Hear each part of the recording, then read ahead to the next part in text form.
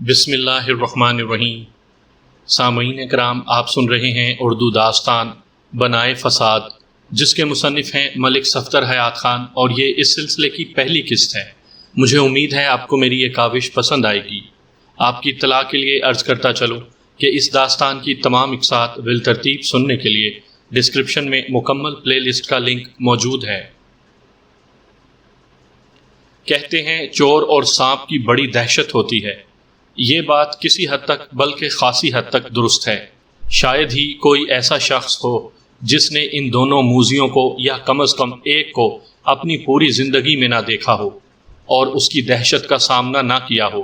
خاص طور پر گاؤں دیہات کے ماحول میں تو ان سے اکثر سابقہ پڑتا ہی رہتا ہے، لیکن بہت کم لوگ ایسے ہوں گے جنہوں نے ان دہشت طاری کرنے والوں کے دہشت زدہ ہو کر بھاگنے کا نظارہ کیا ہو۔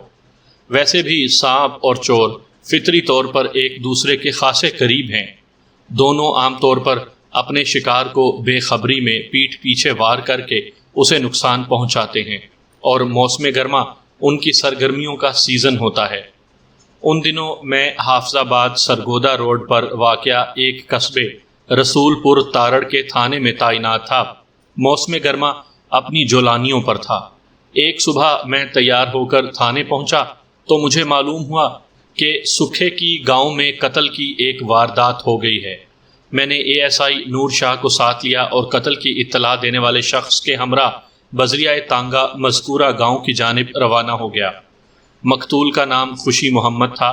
وہ 25-26 سال کا ایک خوبرو جوان تھا۔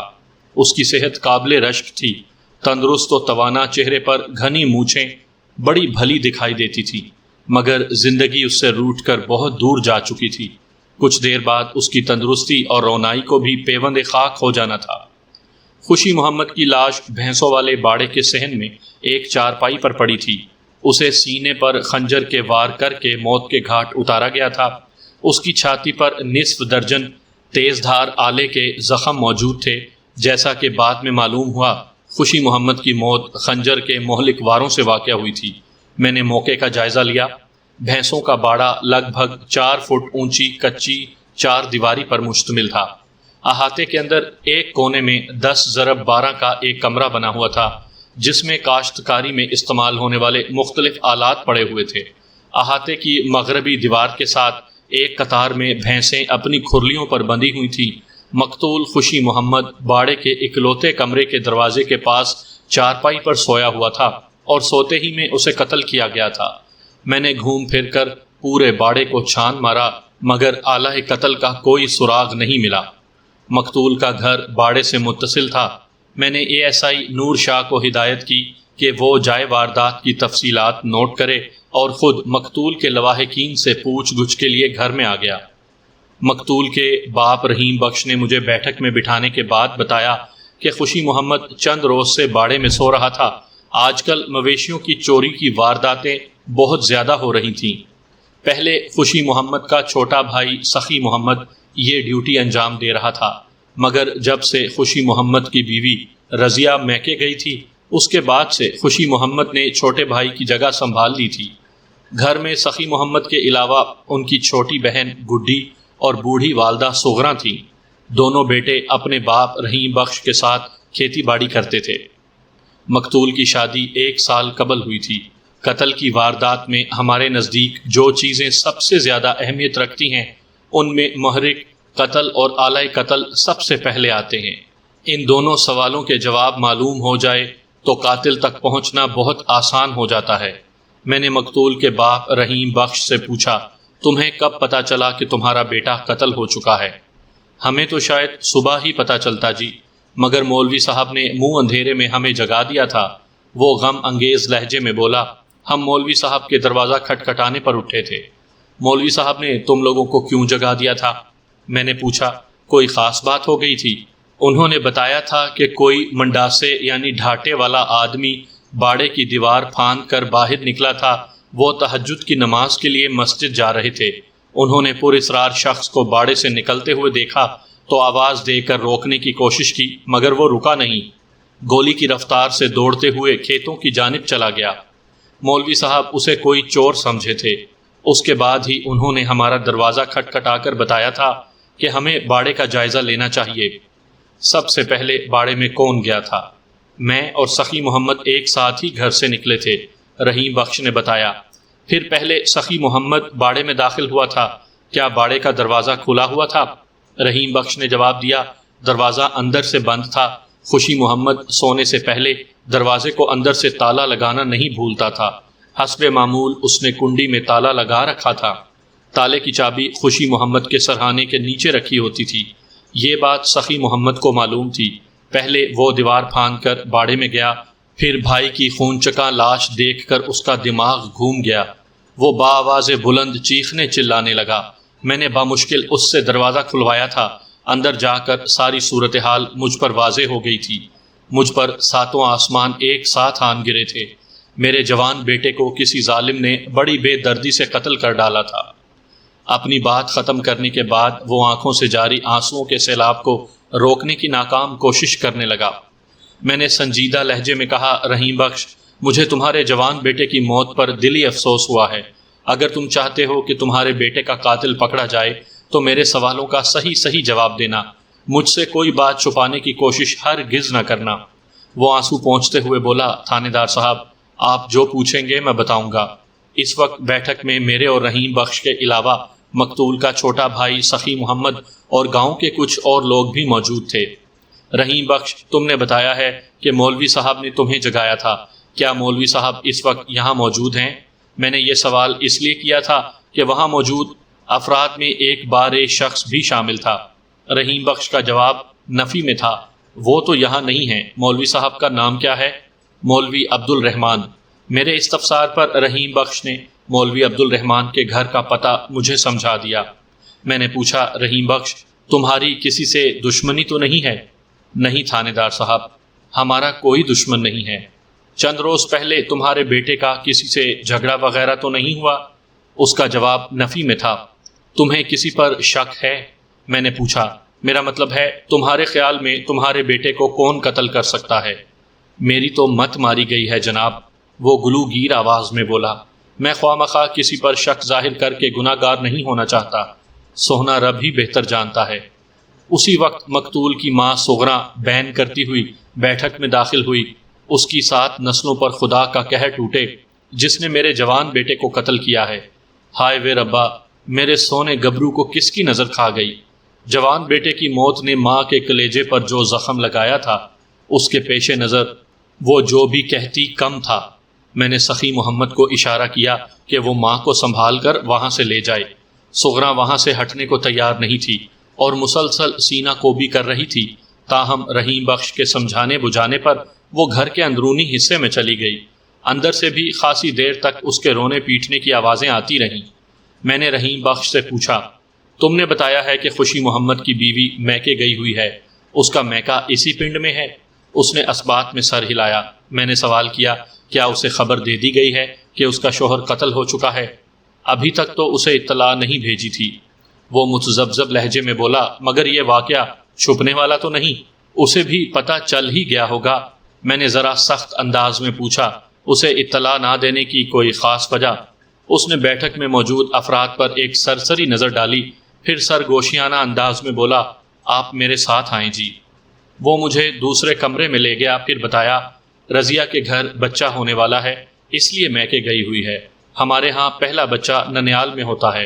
میں نہیں چاہتا کہ یہ بری خبر اس تک پہنچے، آج کل میں زچگی متوقع ہے۔ میں نے کہا، رحیم بخش، یہ کوئی بہت بڑا پنڈ تو ہے نہیں کہ یہ خبر دب جائے گی۔ اب تک تو آس پاس کے پنڈوں کو بھی اس سانحے کی خبر ہو چکی ہوگی۔ وہ منہ سے کچھ نہ بولا، اس کی آنکھوں سے جھلکتی بے بسی ہی اس کا جواب تھا۔ میں نے پوچھا، خوشی محمد کے رضیہ سے تعلقات کیسے تھے؟ اس نے الجھن آمیز نظروں سے مجھے دیکھا۔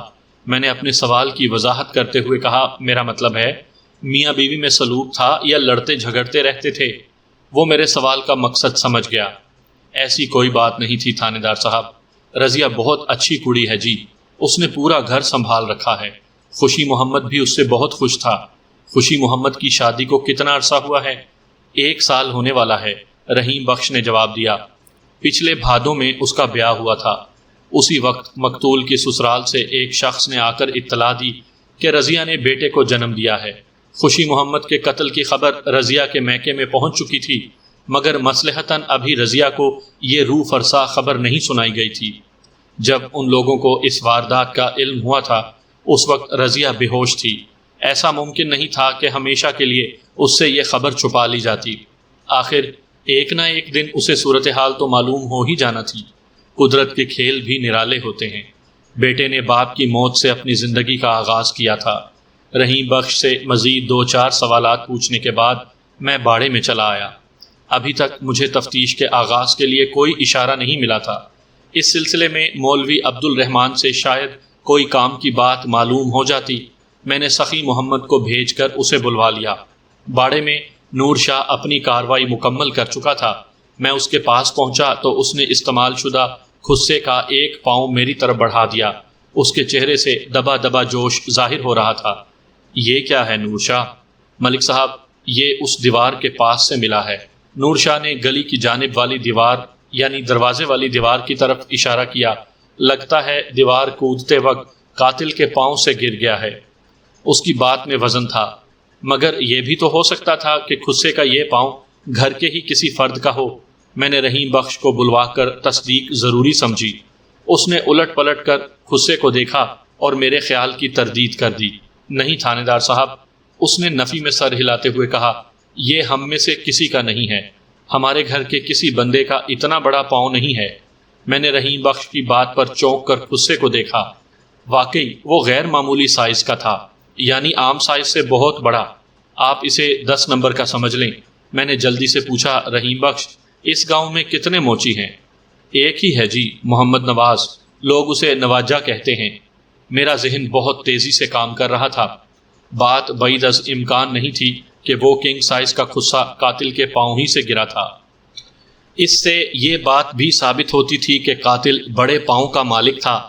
میں نے رحیم بخش سے نواجے موچی کی دکان پوچھی تو اس نے جواب دیا، آپ کیوں تکلیف کرتے ہیں سرکار، میں اسے یہیں بلا لیتا ہوں۔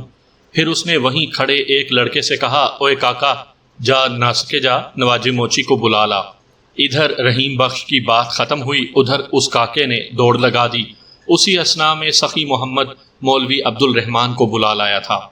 اس نے آتے ہی مجھے سلام کیا۔ میں نے پوچھا، مولوی صاحب، آپ وہ واحد شخص ہیں جس نے آج ایک بندے کو اس باڑی میں سے نکل کر فرار ہوتے ہوئے دیکھا تھا۔ آپ بتا سکتے ہیں کہ آپ نے کس وقت اسے دیکھا تھا؟ مجھے وقت کا تو صحیح طرح اندازہ نہیں ہے، لیکن اتنا جانتا ہوں کہ ابھی فجر کی اذان نہیں ہوئی تھی۔ آپ اس وقت گلی میں کیا کر رہے تھے؟ میرے اس سوال پر مولوی عبد الرحمن کے چہرے پر ناگواری کے تاثرات ابھر آئے۔ میں گلی میں کچھ نہیں کر رہا تھا، اس نے تیز آواز میں کہا۔ اپنے مولا کی عبادت کے لیے مسجد میں جا رہا تھا۔ گزشتہ 10 سال سے میری تہجد نہیں چھوٹی۔ آخری جملہ ادا کرتے ہوئے اس کا سینہ فخر سے پھول گیا تھا۔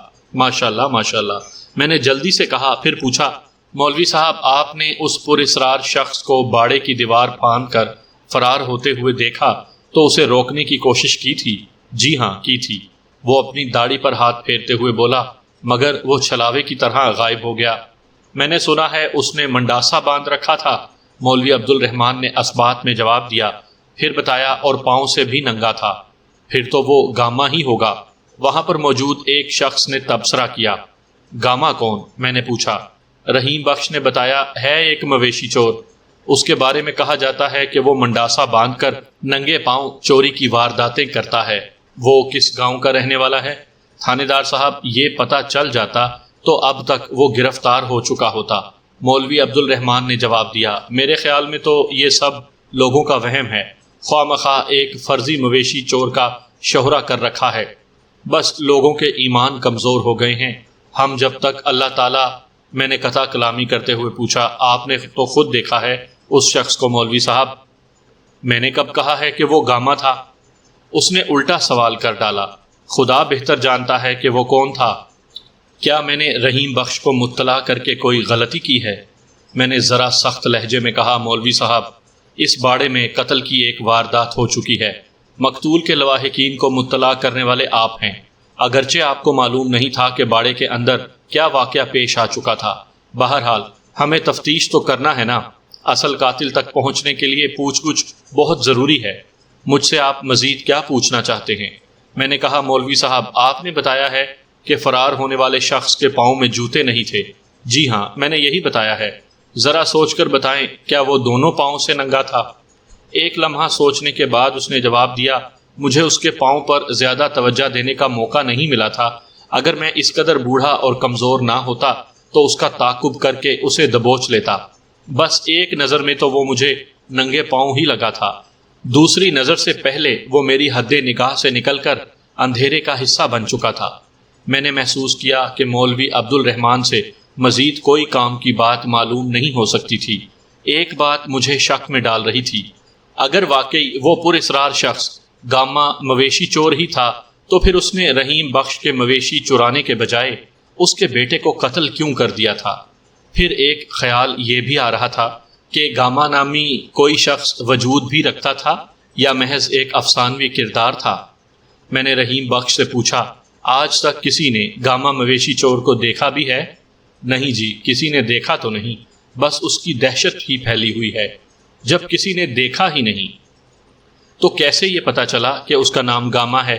رحیم بخش کے بجائے اس شخص نے جواب دیا جس نے مولوی عبد الرحمن کے بیان پر انکشاف کیا تھا کہ فرار ہونے والا شخص گاما تھا۔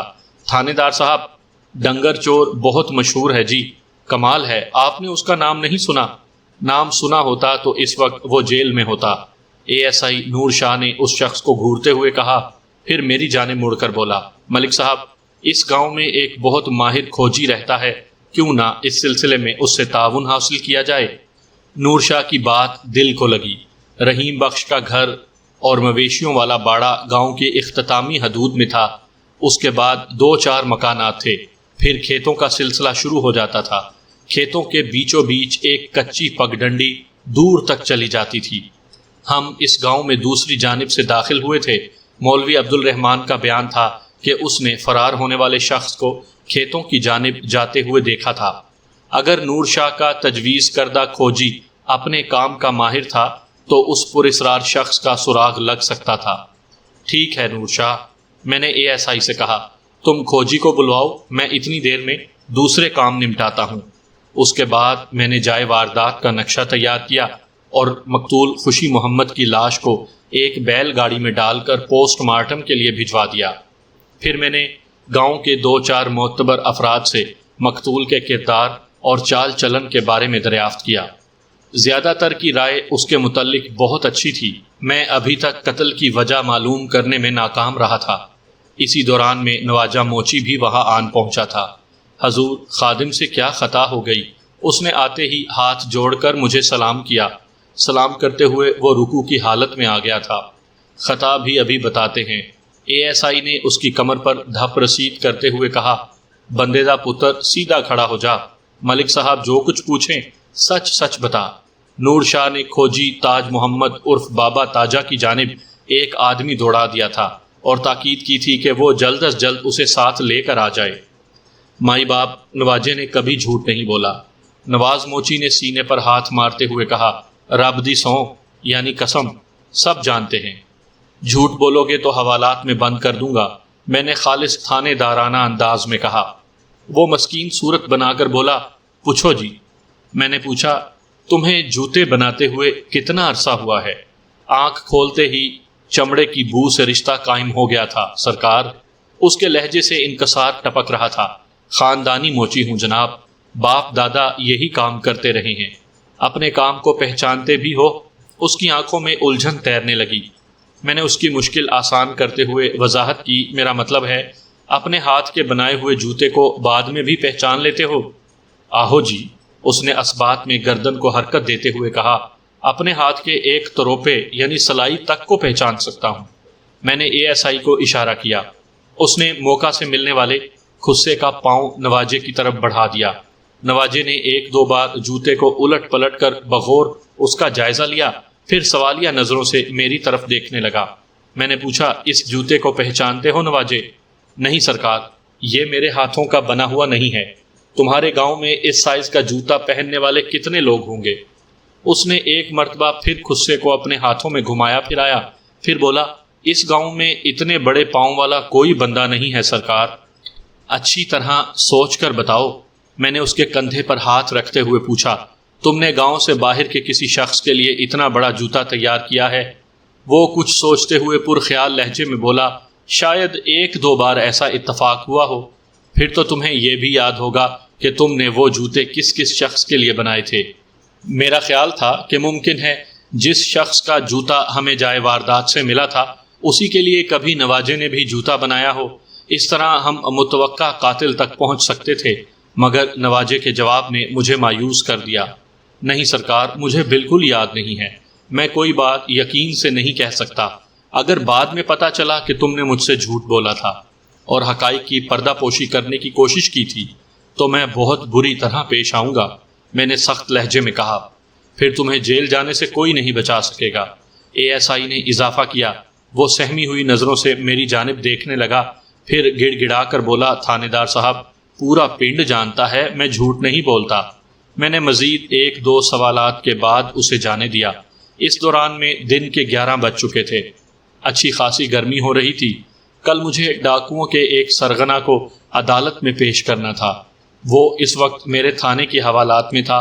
مجھے چالان پیش کرنے کے سلسلے میں کچھ ضروری کارروائی بھی کرنا تھی، اس لیے میں جلد از جلد تھانے پہنچ جانا چاہتا تھا۔ خوشی محمد کے قتل کے سلسلے میں ابتدائی کارروائی مکمل ہو چکی تھی۔ اہم گواہان کے بیانات بھی میں نے نوٹ کروا دیے تھے۔ اب میری یہاں موجودگی ضروری نہیں تھی، بس مجھے کھوجی تاجے کا انتظار تھا۔ تاجہ کھوجی آیا تو میں نے اسے ASI نور شاہ کے حوالے کرتے ہوئے پوری صورتحال سے آگاہ کر دیا۔ میں نے خصے کا پاؤں کھوجی کو دکھاتے ہوئے کہا، یہ ہمیں جائے واردات سے ملا ہے۔ اس کی مدد سے تم اپنی مہارت کو استعمال کرتے ہوئے اگر قاتل کا کھوج لگا لو تو میں تمہیں خصوصی انعام دوں گا۔ آپ فکر ہی نہ کریں ملک صاحب، وہ پر اعتماد لہجے میں بولا، بس سمجھیں آپ کا کام ہو گیا۔ ایسے کیسے سمجھ لوں؟ میں نے کہا، کچھ کر کے تو دکھاؤ۔ لیں جی، ابھی سے کام شروع، اس نے بسم اللہ پڑھتے ہوئے کہا۔ دیکھتے ہیں قاتل کا کھرا کس طرف لے جاتا ہے۔ کھوجی بابا تاجہ شکل ہی سے خاصا ہوشیار آدمی دکھائی دیتا تھا۔ اس کی آنکھوں سے ذہانت ٹپکتی تھی، پھر اس کے لہجے کا اعتماد بتا رہا تھا کہ وہ واقعی کچھ نہ کچھ کر دکھائے گا۔ میں نے ASI کو خصوصی ہدایات دے کر اسے کھوجی بابے کے ساتھ نتھی کر دیا اور خود تھانے چلا آیا۔ بہت کم لوگ یہ بات جانتے ہوں گے کہ 40-45 سال پہلے یعنی ہمارے زمانے میں ہر تھانے کے لیے مجرموں کا ایک کوٹا مخصوص ہوتا تھا۔ مطلب یہ کہ ایک ماہ میں چوری ڈکیتی، نوسر بازی، لوٹ مار، دنگا فساد، جوئے اور آوارہ گردی جیسے جرائم کے سلسلے میں کم از کم اتنی گرفتاریاں ضرور ہونی چاہیے۔ اس کا مقصد محض یہ ہوتا تھا کہ تھانے کا عملہ فعال رہے اور رشوت لے کر مجرموں کو چھوڑ نہ دے، مگر اس کے باوجود نچلی سطح پر پولیس اہلکار اپنی جیب گرم کرنے کے لیے چھوٹے موٹے مجرموں کو پیسے لے کر چھوڑ دیتے تھے۔ پھر جب مہینہ ختم ہونے کو آتا تھا اور تھانے کا عملہ مطلوبہ کوٹا پورا نہیں کر پاتا تھا تو مسافروں اور بے گناہوں کی پکڑ دھکڑ شروع ہو جاتی تھی۔ مجھے نہیں معلوم آج کل بھی تھانوں میں یہی دستور رائج ہے یا نہیں۔ اس صبح بھی جب میں تھانے پہنچا تھا تو برآمدے میں خاصا رش تھا۔ ان میں زیادہ تر وہ لوگ تھے جنہیں شبینہ ڈیوٹی والے پولیس اہلکاروں نے پکڑا تھا، مگر مجھے فوری طور پر سکھے کی جانا پڑ گیا تھا، اس لیے ان پر زیادہ توجہ نہیں دے سکا تھا۔ لیکن میری تجربے کار نگاہوں نے ایک ہی نظر میں سمجھ لیا تھا کہ ان میں بیشتر بے گناہ تھے۔ میں تھانے پہنچا تو جون کی دوپہر اپنے جوبن پر تھی۔ میں معمول کے کام نمٹانے میں مصروف ہو گیا۔ ASI نور شاہ کی واپسی شام سے کچھ پہلے ہوئی تھی۔ بابا تاجہ بھی اس کے ساتھ تھا۔ بابے تاجے کی رپورٹ کے مطابق یہ کیس خاصا الجھا ہوا تھا۔ مقتول خوشی محمد کے باڑے سے شروع ہو کر گاؤں کے بیرونی راستے کی طرف جانے والے قدموں کے نشانات آپس میں غلط ملط ہو رہے تھے۔ تاہم مشاق تاج محمد نے ان میں سے 2 افراد کے پاؤں کے نشان خاص طور پر نوٹ کیے تھے۔ ایک تو کسی ننگے پاؤں والے شخص کا کھرا تھا جو سکھے کی سے نکل کر ایک دوسرے گاؤں کوٹ کشال کی طرف چلا گیا تھا۔ مولوی عبد الرحمان نے بیان دیا تھا کہ اس نے جس شخص کو باڑے سے نکل کر فرار ہوتے دیکھا تھا وہ ننگے پاؤں تھا۔ ایک دوسرے شخص نے اسے گامے مویشی چور سے منسوب کیا تھا۔ ممکن تھا یہ کھرا گامے ہی کا ہو۔ دوسرے شخص کا کھرا ایک عجیب دلچسپ الجھن پیدا کر رہا تھا۔ بابے تاجے نے بتایا، ملک صاحب میں نے زندگی میں بڑے بڑے نامی گرامی ڈاکوؤں کے کھرے نکالے ہیں جی، جو اپنی چالاکی اور مکاری میں کوئی ثانی نہیں رکھتے تھے، مگر آج تک ایسی صورتحال سے میرا واسطہ نہیں پڑا۔ کچھ بتاؤ گے بھی یا یوں ہی کہانیاں سناتے رہو گے؟ میں نے تاجے کی طویل تمہید سے اکتا کر سوال کیا۔ وہ اسبات میں سر ہلاتے ہوئے بولا، وہی بتا رہا ہوں سرکار، میں نے ایسا عجیب و غریب شخص نہیں دیکھا جس کے دونوں پاؤں ایک دوسرے سے مختلف ہوں۔ کیا مطلب ہے تمہارا بابا تاجے؟ اس نے جواب دیا، جناب، سکھے کی سے ٹالی والا کی جانب جانے والے ایک شخص کا کھرا نکالا ہے میں نے۔ اس نے خصے کے پاؤں کی جانب اشارہ کرتے ہوئے بات جاری رکھی۔ اس شخص نے ایک پاؤں میں اسی سائز کا جوتا پہن رکھا تھا اور مجھے پورا یقین ہے کہ وہ ایسا ہی خصہ تھا، مگر اس کا دوسرا پاؤں کیا ہو گیا ہے اس کے دوسرے پاؤں کو؟ اس کا دوسرا پاؤں ننگا تھا۔ مجھے ایک جھٹکا سا لگا۔ ایک فوری خیال کے تحت میں نے سوال کیا، ننگا پاؤں کون سا تھا، دایاں یا بایاں؟ سجا یعنی دایاں سرکار، اس نے بتایا۔ کھبے یعنی بائیں پاؤں میں اس نے ایسا ہی خصہ پہن رکھا تھا۔ اس نے ہاتھ میں پکڑے ہوئے خصے کو مجھے دکھاتے ہوئے اپنی بات پوری کی۔ ہمیں باڑے کی بیرونی دیوار کے پاس سے خصے کا جو پاؤں ملا تھا، باب تاجے کی تحقیق سے اس بات کی تصدیق ہوتی تھی کہ یہ اس شخص کا خصہ تھا جو ٹالی والا کی طرف گیا تھا اور جس کا ایک پاؤں ننگا تھا۔ میں نے محسوس کیا کہ ASI بھی میرے ہی انداز میں سوچ رہا تھا۔ باب تاجے نے پہلے نور شاہ کی طرف دیکھا، پھر میری جانب متوجہ ہو کر بولا، ملک صاحب، سب سے حیرت انگیز بات یہ ہے کہ اس شخص کا ننگا پاؤں دوسرے پاؤں کی بنسبت خاصا چھوٹا ہے، یعنی عام انسانوں کے سائز کا ہے۔ یہ کیا کہتے ہو باب تاجے؟ میں نے گھور کر اسے دیکھا۔ مجھے ایک لمحے کے لیے گمان گزرا تھا کہ شاید وہ مبالغہ آرائی سے کام لے رہا تھا۔ ایک ہی شخص کے دونوں پاؤں میں اتنا فرق کیسے ہو سکتا ہے؟ تمہیں کوئی مغالطہ تو نہیں ہو رہا؟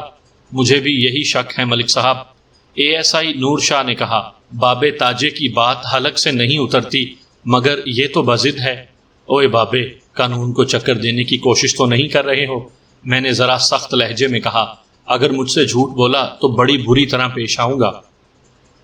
میرے باپ کی توبہ سرکار، جو آپ سے جھوٹ بولوں؟ وہ دونوں ہاتھ جوڑ کر بولا، میرا علم جو بتا رہا ہے وہ میں نے بیان کیا ہے۔ میں نے پوچھا، کیا تم اس کھرے کے تعاقب میں ٹالی والا تک گئے تھے؟ جی جناب، وہ کھرا تو کچھ آگے جا کر ختم ہو گیا تھا، جامن کے درخت کے پاس۔ مجھے یقین ہے وہاں سے وہ شخص گھوڑے پر سوار ہوا ہوگا، کیونکہ جامن کے درخت سے ٹالی والا تک گھوڑے کے قدموں کے نشان موجود ہیں۔ ہم ٹالی والا سے ہو کر آئے ہیں۔ میں نے تصدیقی نظروں سے نور شاہ کی جانب دیکھا۔ اس نے اسبات میں سر ہلا دیا، پھر کہا، مگر یہ معلوم نہیں ہو سکا ملک صاحب کہ وہ گھڑ سوار کس گھر میں گیا تھا۔ باب تاجے کے مطابق گھوڑا گاؤں میں تو داخل ہوا تھا، مگر پھر اس کے قدموں کا سراغ نہیں مل سکا۔ پر مجھے یقین ہے سرکار کہ گھوڑا اسی گاؤں کے کسی گھر میں گیا ہے۔ ASI کی بات ختم ہوئی تو بابا تاجہ بول اٹھا، ہم نے گاؤں سے باہر جانے والے راستے کو بھی چیک کیا ہے، مگر ہمارا مطلوبہ گھوڑا گاؤں سے باہر نہیں نکلا۔ کسی کو شک تو نہیں ہوا تمہاری کارروائی پر؟ میں نے پوچھا۔ میرا مطلب ہے، ٹالی والا میں یہ بات مشہور تو نہیں ہو گئی کہ تم کسی کا کھرا نکالتے ہوئے وہاں پہنچے تھے؟ وہ پر اعتماد لہجے میں بولا، سوال ہی پیدا نہیں ہوتا ملک صاحب، میں ہاتھ پاؤں بچا کر کام کرتا ہوں۔ ٹھیک ہے، تم ذرا باہر جا کر بیٹھو، میں نے باب تاجے سے کہا۔ وہ میرے کمرے سے باہر نکل گیا تو ASI نور شاہ نے پوچھا، اب کیا کرنا ہے ملک صاحب؟ میں نے کچھ دیر سوچنے کے بعد کہا، ابھی فوری طور پر تو کچھ نہیں کیا جا سکتا۔ تم کل صبح چند سپاہیوں کو اپنے ساتھ لے کر کوٹ کشال جاؤ اور گامے ڈنگر چور کی سن گن لینے کی کوشش کرو۔ گامے کو ہم اس کیس میں نظر انداز نہیں کر سکتے۔ حقیقت میں اس کا کوئی وجود ہے بھی یا نہیں، اس بات سے قطع نظر وہ ہمارے لیے اس لیے اہم ہے کہ اسے مقتول کے گھر سے فرار ہوتے ہوئے دیکھا گیا ہے۔ ہمیں ہر صورت میں ننگے پاؤں کوٹ کشال کی جانب جانے والے شخص کا سراغ لگانا ہے۔ اوکے سر، آپ فکر ہی نہ کریں، ASI نے پر امید لہجے میں کہا۔ آپ کا کیا پروگرام ہے؟ میں نے کہا، میں صبح ڈاکوؤں کے سرغنہ کو عدالت میں پیش کرنے کے بعد سکھے کی جاؤں گا۔ مقتول کی بیوہ رضیہ کا بیان لینا بھی ضروری ہے، ہو سکتا ہے اس سے کوئی کام کی بات معلوم ہو جائے۔ اس کے بعد میں کھوجی تاجے کے ساتھ ٹالی والا جاؤں گا۔ پھر میں نے ایک کانسٹیبل سے کہہ کر باب تاجے کو اندر بلا لیا، تم اب گھر جاؤ اور یاد رکھو کل کہیں آنا جانا نہیں، وہ میرے سامنے آ کر کھڑا ہوا تو میں نے کہا تمہیں کل میرے ساتھ ٹالی والا جانا پڑے گا، وہاں بھی کچھ تفتیش کرنی ہے۔ اچھا جی سرکار، وہ دھیمے لہجے میں بولا، پھر پوچھا وہ میرا انعام جناب؟ اوئے انعام کے گھوڑے، بڑی جلدی پڑی ہے تمہیں؟ اے ایس آئی نے اسے جھڑکا۔ پہلے بندہ تو پھاڑ لیں، تمہیں انعام بھی دے دیں گے۔